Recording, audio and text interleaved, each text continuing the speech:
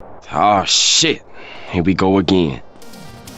I think something has to be said about the punishment in games that were made in the last 5 to 10 years. Punishment is a direct result of how you're currently trying to play the game. It's hard-coded to tell you, this may work, however, at this current moment, you're just bad and you should ask the next Twitch streamer that you go view, you generic gamer. Not that there is anything wrong with generic gamers. From Software and their Dark Souls games, most recently Elden Ring, has severe punishment and difficulty and cannot be changed.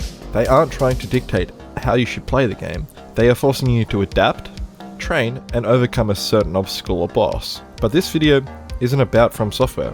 I just needed an example. On the contrary, you have the current Rockstar Games game, Grand Theft Auto 5. This game is not difficult. There is little to no punishment, and everything is given to the player through yellow markers, GPS lines, and dialogue cues. Difficulty and punishment left as a way of Rockstar to flex their user engagement and retention on their games. No one likes being punished in an open world sandbox, right? So let's rewind the clock.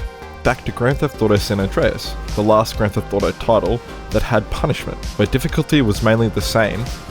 In Grand Theft Auto San Andreas, you're punished for making bad choices. If you die in San Andreas, you are warped to the nearest hospital after a quick, wasted animation screen, and all your weapons are gone and money has been removed from your bank account, meaning you should think more about your approach to certain things in the open world sandbox and actively try not to die. Another punishment that, in my opinion, is more brutal and interesting is the busted mechanic. In San Andreas, you can actually be apprehended by the police, where you are warped to the nearest police station this time, similar to when you die. However, this time the police will remove all of your weapons. I know this is almost the same as dying, but it switches up the game, so now you don't have to die to be punished for playing a certain way. The buster mechanic was really interesting. In later Grand Theft Auto titles, police generally shoot first and ask questions later. There is no real busted mechanic. There was no the buster brought me back moments. This is why punishment is important.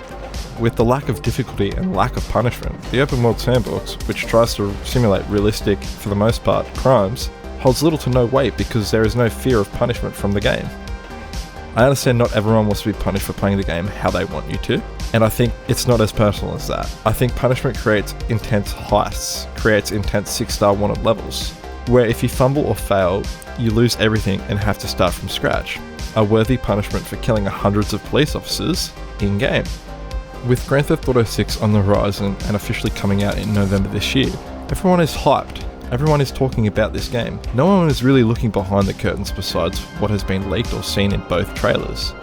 I would like to see the buster system return in Grand Theft Auto 6, but broaden the scope of punishment to the player. In Trailer 2, you can see the police apprehending the NPCs on the side of the street. No gunfight, no shots fired, just some pushing and shoving.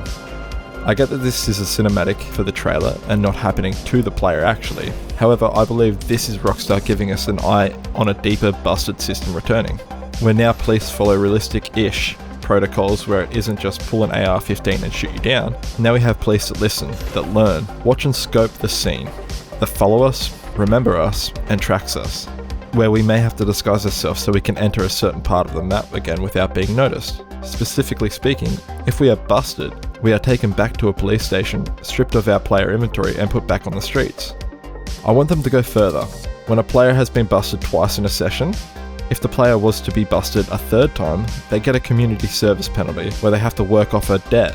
What leads me to say this is in Trailer 2, you can see Lucia doing community service activities, where she's picking up garbage off the streets and law enforcement is watching her every move. Rockstar are teasing us here, keeping this just enough in view to raise the question but far enough away to keep us on our sweaty gamer toes. I don't think there will be a jail feature. I think that's where it becomes a massive disservice to the game's open sandbox, where with the community service activity, you can at least try and make a run for it. Being in jail would confine a player to a certain section of the map for a while, and the player may just end up not playing the game from that point. I am trying to keep my speculation in very tight moderation and governed by what we already have seen in the trailers and screenshots. I don't want this channel to fall down the hopeless rabbit hole of silly speculation. I think punishment and difficulty is missing from the latest Rockstar Games titles, and I think they have a chance here to redefine what being caught by the police means, and providing a consequence for being caught. If you enjoyed this take and want to talk about it, leave it down in the comments. I'm always reading the comments and replying where I can. If you disagree and think there doesn't need to be any punishment in Grand Theft Auto, you can also leave that in the comments as well. I want us all to be civil and keep the discussion respectful and on topic. Thank you all so much for watching this video. Leave a like and subscribe if you'd like. As always, I have been Zeus, and you have been a Buster. Goodbye.